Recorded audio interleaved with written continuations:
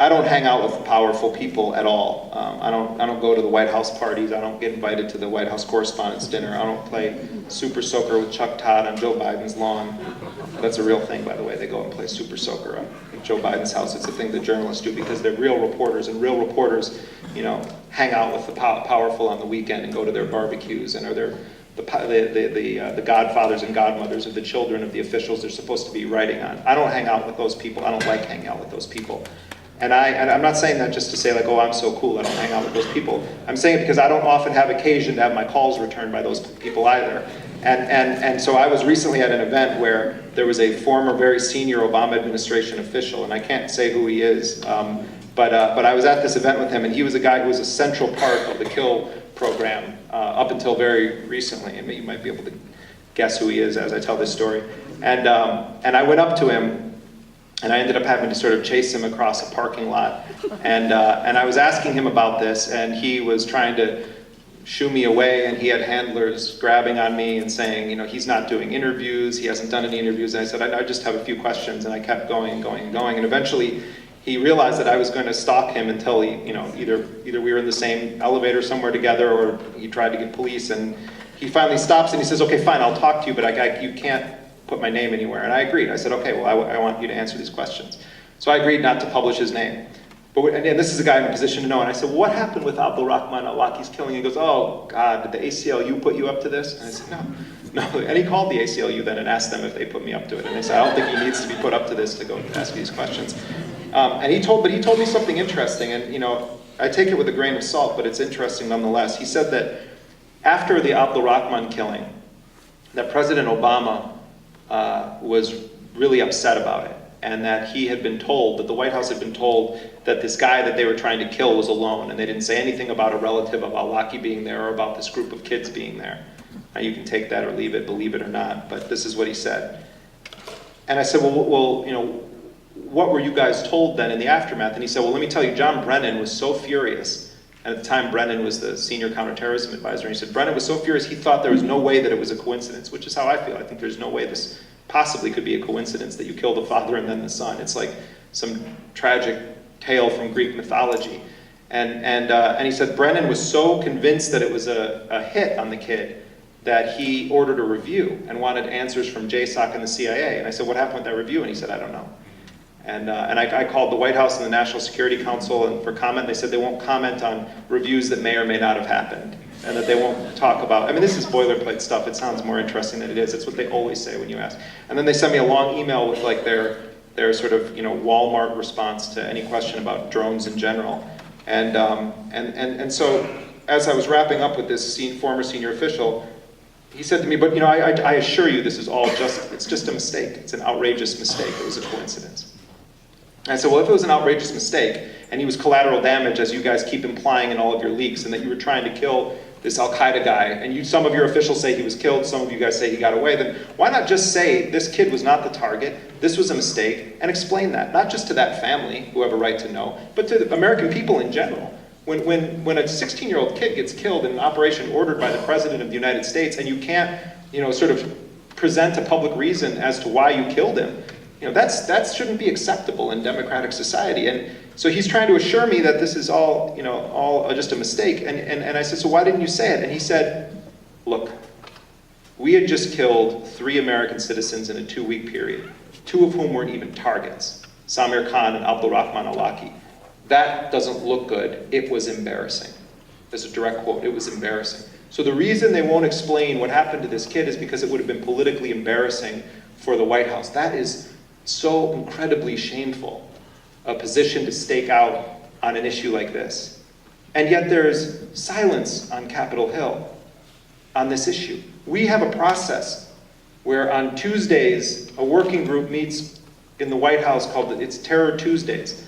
And they decide who's going to live and die around the world. And they create rosters of people that they want to recommend for the hit list. And then they're presented to the president, and the president reviews them like he's reviewing sports stats. And they decide this person's on the kill list and this person's off the kill list. And this White House has developed something called the disposition matrix, which again, you can't make this stuff up because it's just, the truth is so bad, you don't need any fiction anymore in our lives to talk about these policies. The disposition matrix is a way of streamlining our assassination program so that we can determine who's an irreconcilable and just has to die, and who we might be able to extradite, and who we could charge with a crime, and who we absolutely shouldn't charge with a crime. And they're trying to create a computer program so that future administrations will benefit from our constitutional law professor, Nobel Peace Prize winning genius president's concept of how to more efficiently assassinate people around the world. And that's going to be one of the enduring legacies of this White House. Not just streamlining it behind the scenes, but selling it to the liberal base as a smarter way of waging war. I don't think for a moment that if John McCain had won the election in 08, and I'm certainly glad John McCain didn't win the election in 08, but I don't believe for a second that if John McCain had won in 08 or Mitt Romney had won in 2012, that you would see statistics or polls indicating that 70% of self-identified liberals support drone strikes, and that it would drop in support only in a negligible way when the target in question is an American citizen. I believe that this White House has normalized assassination as an acceptable central part of what is called America's national security policy for the liberal base.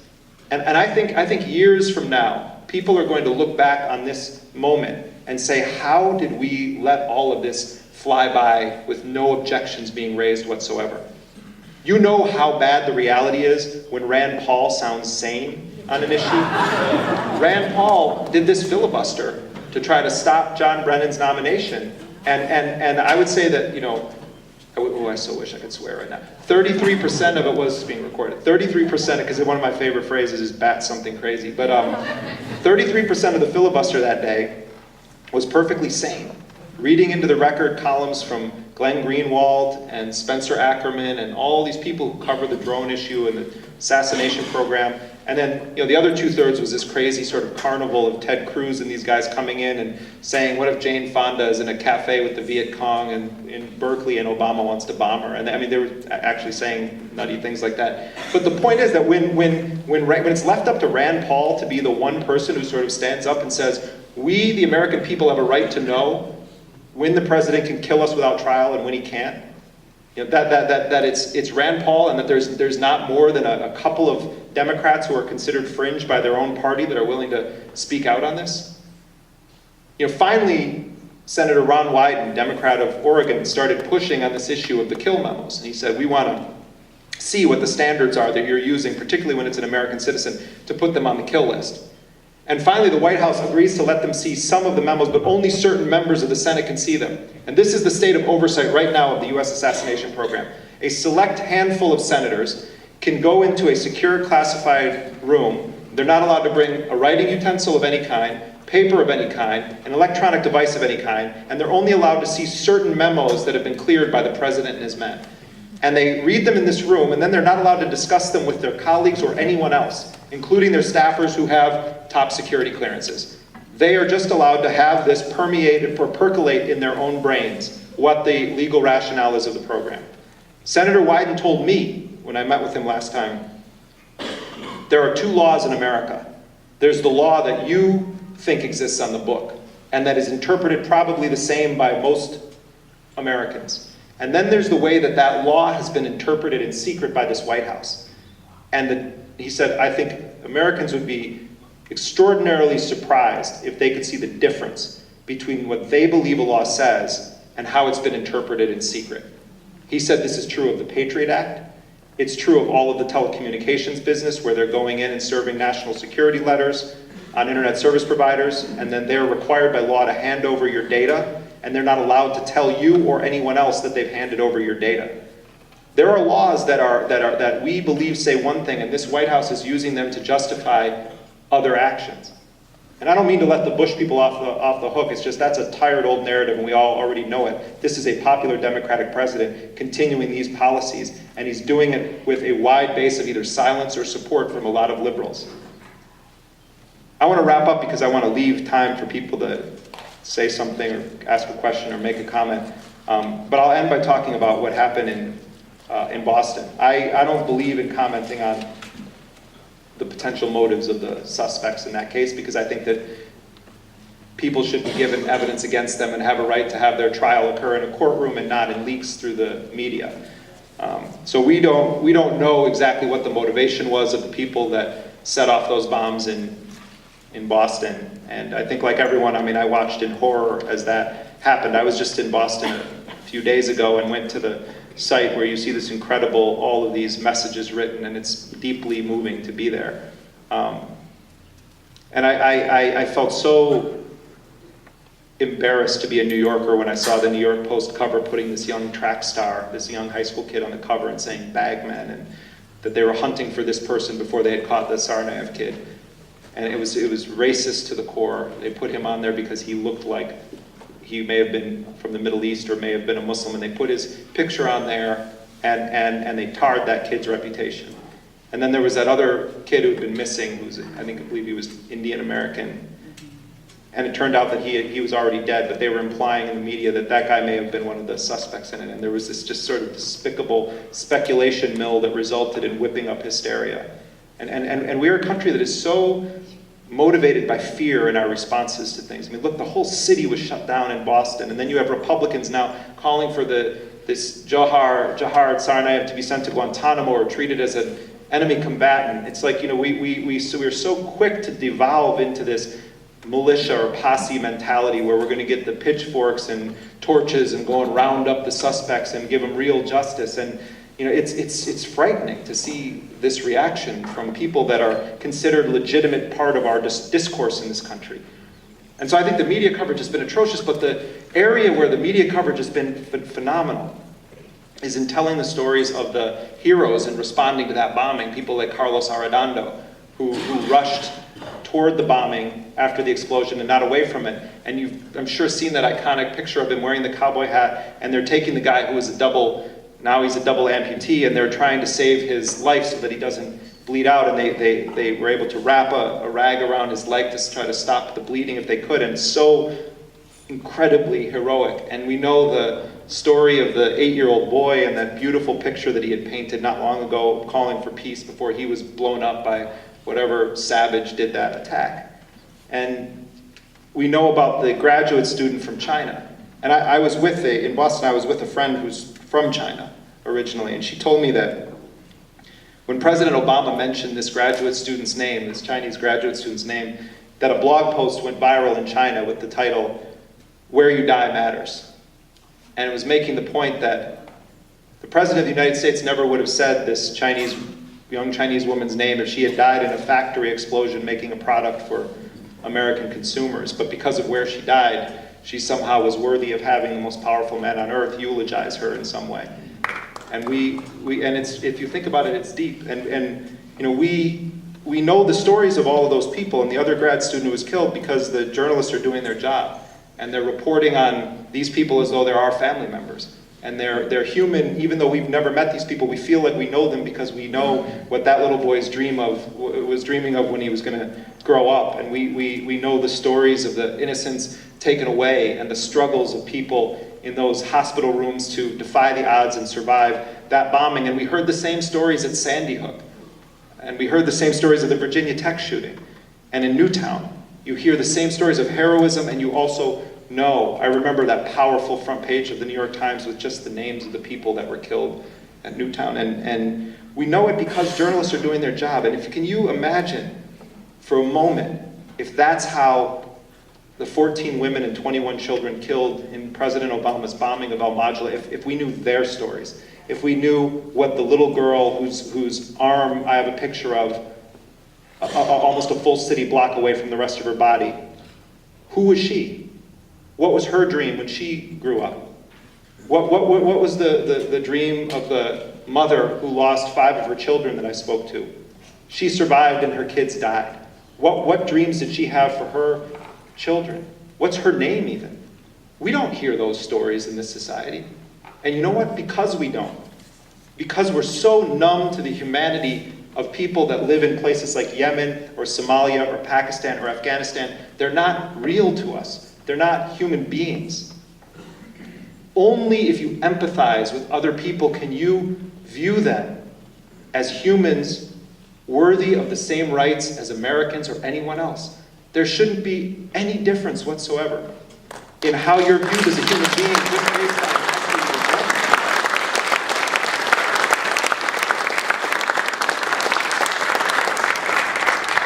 in. And so our challenge as a society, regardless of what we do for work or how we spend our days, is in some small or big way to make those victims human in our own lives and also in the lives of our neighbors. That should motivate how we view the rest of the world, this sense that we are not going to allow the victims of Newtown to be more important than the victims of Almagela because they're all part of the same family. And if we don't,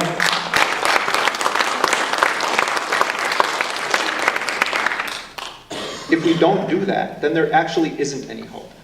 You know, I think writing letters to Congress and doing all that stuff, sometimes it matters, but at the end of the day, it really is about hearts and minds. It's about changing hearts and minds, and it starts with our own hearts and minds. The military talks about that in Afghanistan, but it's a categorical failure, but we actually could do this. We could do it if we take that job seriously enough in all of our everyday lives, and I thank you all for being with me tonight and for spending this time.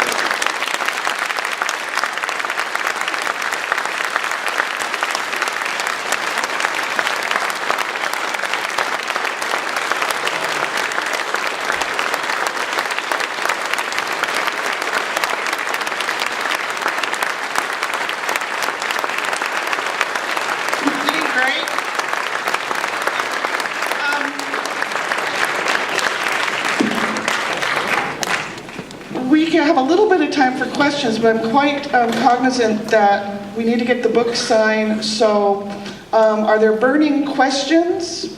I think we were going to have people come up where Ray is. Can those of you who want to ask questions come up to the mic down here where the guy in the blue shirt is standing? Are you asking a question? I want to ask a first question. No, you don't get to ask a question. Of course you do.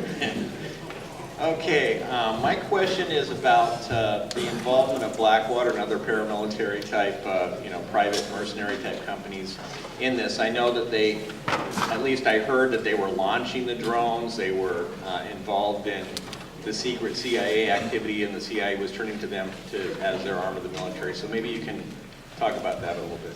Yeah, I mean, that's a long story, but I'll tell the short version of it. Blackwater, people in this community are familiar, but Blackwater started working on the U.S. assassination program very early on after 9/11. And in fact, Eric Prince, the owner of Blackwater, was doing training for this paramilitary hit team on his own property in Virginia. And sort of fancied himself the second coming of Wild Bill Donovan, the famed OSS operative, and was training this hit squad. And the U.S. government claims that they never killed anyone. I mean, we know of operations they did in Germany and in Syria and elsewhere. And Blackwater in Pakistan was involved with loading the weapons platforms for the drones out of Shamsi Air Base, and another one that was based in Jalalabad, Afghanistan. And they were involved with a parallel drone program run by the Joint Special Operations Command. I mean, Blackwater was deeply embedded within the CIA and the Joint Special Operations Command for years and years. Remember when Forward Operating Base Chapman was blown up by that triple agent from Jordan in December of 2009, and 7 CIA personnel were killed in that bombing. 2 Blackwater guys were also killed in that bombing, just to give you a sense of how close they were. And Blackwater is still functioning around the world under its 4th iteration. It's now called Academy. Interestingly, Eric Prince, who left and moved to the United Arab Emirates, was just back in New York recently for the Tribeca Film Festival, walking the red carpet. There was a Puff movie done about him called The Project, which is about anti-piracy stuff in Somalia. So he's walking around a free man, and Blackwater is winning government contracts again, and he's now in bed with these Chinese investors to the tune of hundreds of millions of dollars, targeting Africa and doing work in Africa. Speaking of Africa, are you going to be investigating or following our troops being sent into Mali now? Yeah, trying to think of how to not make this a really long answer. The U.S. in 2007, the U.S. created the AFRICOM, U.S. Africa Command, and it's largely based out of the tiny African nation of Djibouti, which is in the Horn of Africa in the east of Africa. And we took over an old French military base there called Camp Lemonnier. And the CIA operates out of it, and JSOC operates out of it, and then we have these other smaller satellite bases around the African continent, and we work with particularly the Ugandan military in an array of operations. In fact, when I was in Mogadishu in Somalia, there was this huge multi-thousand person African Union force there that was primarily led by Ugandans and Burundians. And a lot of Ugandans actually work as mercenaries for the US, for private companies in Iraq and Afghanistan. In Mali, as in Syria, the US has been engaged in covert action for many, many years. Whether or not we're going to start doing active drone strikes in Mali is unclear, although I wouldn't put it past the administration. They're trying to target this group called Al-Qaeda in the Islamic Maghreb. And I think you're going to see increased drone use in Africa. On the Syria front, there's already a covert US presence there, and there are private contractors. And one of the stories that I think, and this would be a very long discussion this evening, but one of the stories I think is fascinating and gets very little attention is that the US is using Qatar, the nation of Qatar, and the United Arab Emirates as sort of proxy funders of these wars. And so the Qatari government and the Emirates and the Emiratis are working with the very forces that the US is trying to stay away from in some of these countries. And they're becoming very, very powerful in Africa. And that's going to become a major story in the US. It's already gotten out in the international press, but Qatar, United Arab Emirates, Libya, Syria, and parts of North Africa and East Africa. It's something to watch for. Have you felt threatened or been threatened, or do you ever fear for your life? Or the second part was, when you go on these investigative trips, or have you had to learn any other languages, or do you have interpreters? Yeah, I mean, I can get by in several languages. I mean, say I speak them fluently, but I do okay for myself. I mean, I've been doing this long enough, and I remember when I originally went to Belgrade, to Serbia, I learned Serbo-Croatian very quickly. In fact, I did reporting for Serbian television at one point from Iraq in Serbian. I mean, I'm okay with languages. I wouldn't say that I'm fluent, but you have to learn at least sort of the basics of languages of countries that you're going to be covering for any extended period of time.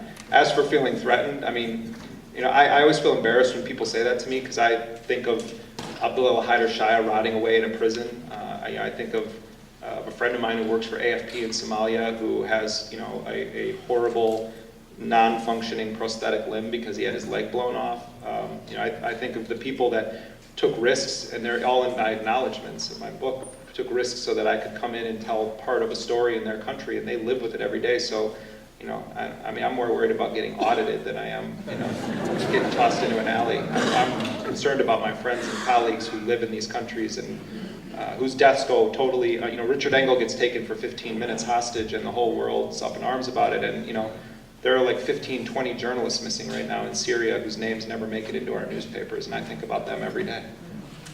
Given the political situation in Washington, the negative parts of it, which is probably all of it, but what do you feel if the American people really were knowledgeable, as a general rule, what would be your opinion about which way we would be going? Would we be more positive? Would we be more active? I mean, I think we have to have a more humble foreign policy, not to quote Bush too carefully. But, I really think we aren't even having the right discussion in this country. I mean, I believe that we are creating more enemies than we are killing terrorists. And, I know for a fact, and I get pushed back on this from liberals and lefties, but it's true. There is an organization called Al-Qaeda, and there are affiliates in Somalia and in Yemen, and there are people that are plotting to try to blow up US airplanes. That's all real. There are people that want to poison water supplies or blow up our subways. That's all real. Those people are few and far between and don't even register in the top 100 threats facing our country.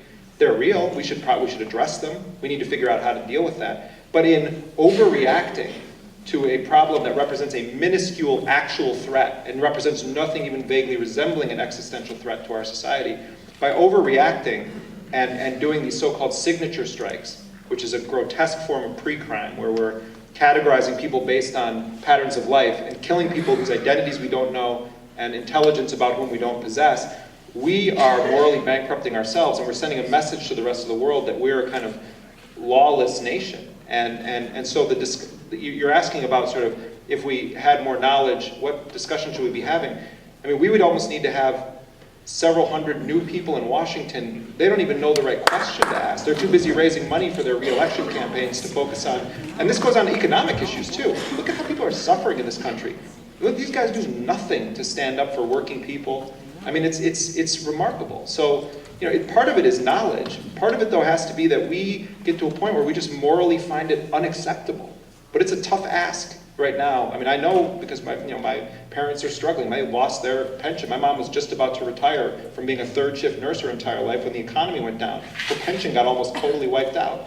You know, it's hard to ask someone, you know, who's worked third shift their whole life, then has their pension wiped out because of crooked banks and evil corporations to care about a drone strike in Yemen. It's a tough ask. But that's what people in Washington should be doing. And they also should be doing something so that that doesn't happen to nurses who work third shift. So we aren't even having the right discussion in this country. It's not just information, we gotta hold these crooked people in Washington accountable.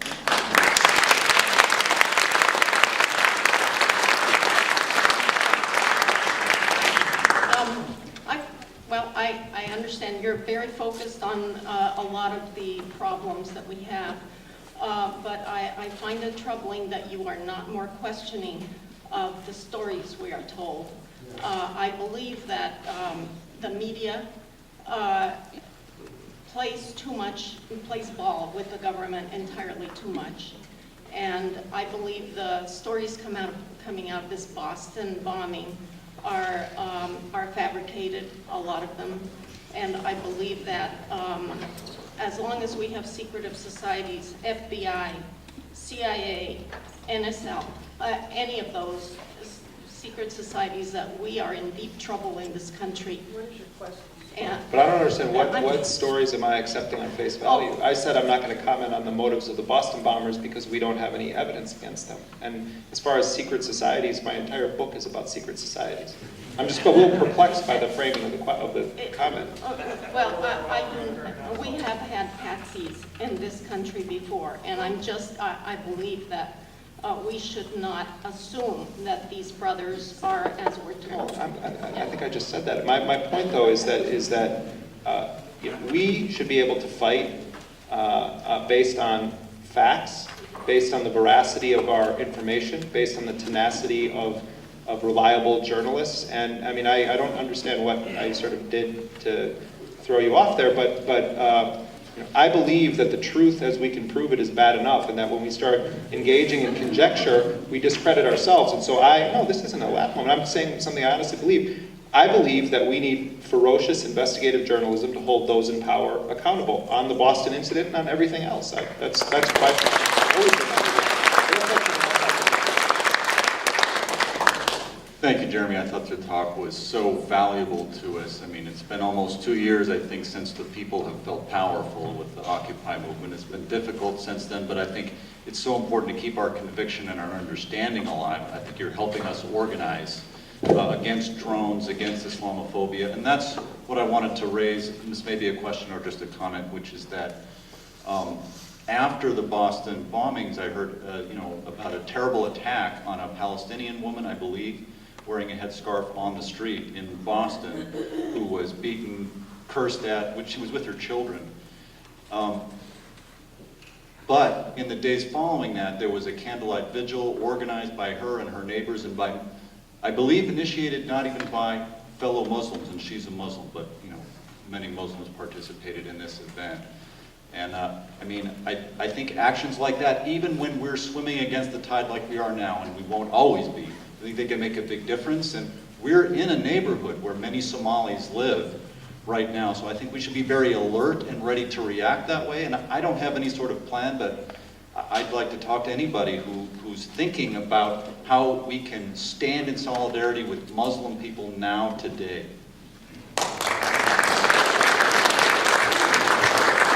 Well, Jeremy, I want to just thank you for what you're doing. And it does take a lot of courage. And I really appreciate you, and I appreciate Amy Goodman. And I appreciate her too. Democracy Now! Is a wonderful source of information. I was just curious, going back to what a lady asked earlier, do you get hassled at airports? Does your computer get taken away? I mean, you must be paying some token penalty, if they aren't doing something to. People want me to talk about that. I mean, yeah, I just don't feel particularly comfortable talking about it because I don't want to be the story. I mean, all journalists that are doing this stuff, I mean, Laura Poitras, this filmmaker, every time she comes into the U.S., they're taking her computer away from her and going through it. And I mean, I can tell you stories about things that happened to me, but I think that's part of the job. You're going to deal with people that want to be all up in your information. And my computer was hacked a few years ago when I was working on a story, and I totally changed my online behavior after that, and I encrypt everything and keep things in offline drives because, when you start to get close to the heart of serious stories, that's part of what you're doing. But, you can't be paralyzed by fear, and you can't focus on things that you can't prevent. And so I think I know stories of a lot of people, myself included, who face all sorts of challenges in the course of doing their reporting. And I just don't want the focus to be on us, because we're ultimately doing this because we're trying to give voice to people that don't have it. So everyone's energy would be better spent focusing on the journalists that don't get invited on MSNBC or whatever. That I don't know that I will anymore, but thank you for your concern. I just wanted to say that the world is indeed a battleground, and it ends up here in this community of City Heights, where we have a lot of political refugees and then followed by immigrants. This past weekend, there was a protest of Ethiopians when the LA consulate came down to sell bonds for the Renaissance Dam in Ethiopia. The protest centered around human rights abuses in Ethiopia, including the repression of the press there and the use of terrorism. What do we need to know that's going on with Ethiopia? I have a whole section in my book about Ethiopia and the Ethiopian actions in Somalia in particular. I mean, Meles Zenawi, the dictator of Ethiopia, has long been propped up by the U.S. and other governments, and the American forces have trained the Agazi commando units in Ethiopia that have been used in Somalia and also to repress their own people.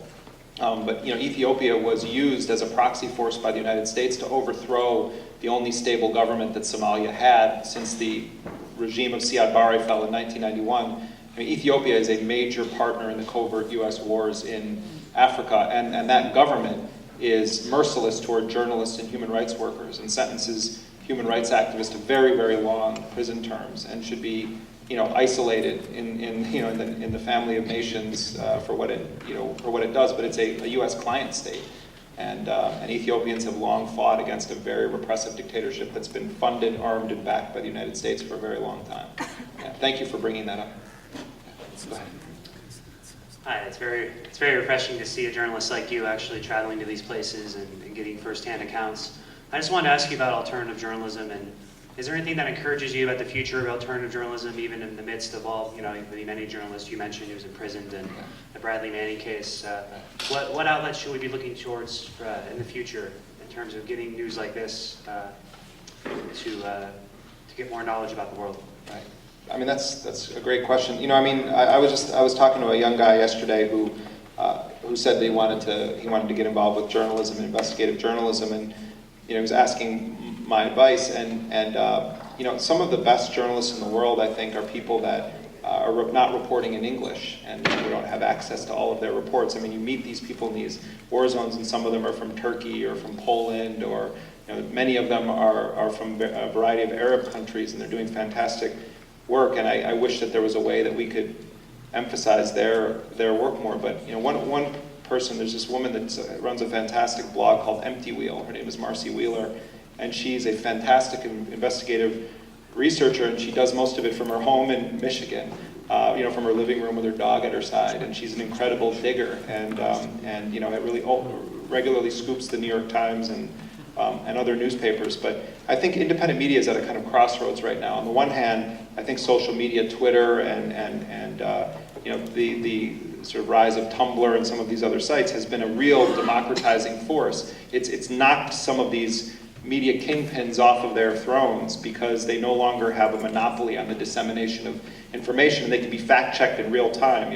Thomas Friedman makes up some bullshit about something a cab driver in Cairo told him, you know, people can tweet back and go at old Pa, the mustachioed one. You know, so it's a two-edged sword because, you know, I think that we need old school muckraking. We can't lose that tradition. You know, I.F. Stone was a big document digger, you know, and we need people that are willing to go through and find, you know, extract the facts from these, you know, documents that are written so that you know, like they're almost like a Talmudic document, to find that fact that's going to say, actually, Khalid Sheikh Mohammed was waterboarded 183 times. That was not found by a lawyer or a famous journalist. It was found by Marcy Wheeler from this blog. She's the one that found the statistic of 183 waterboardings on him.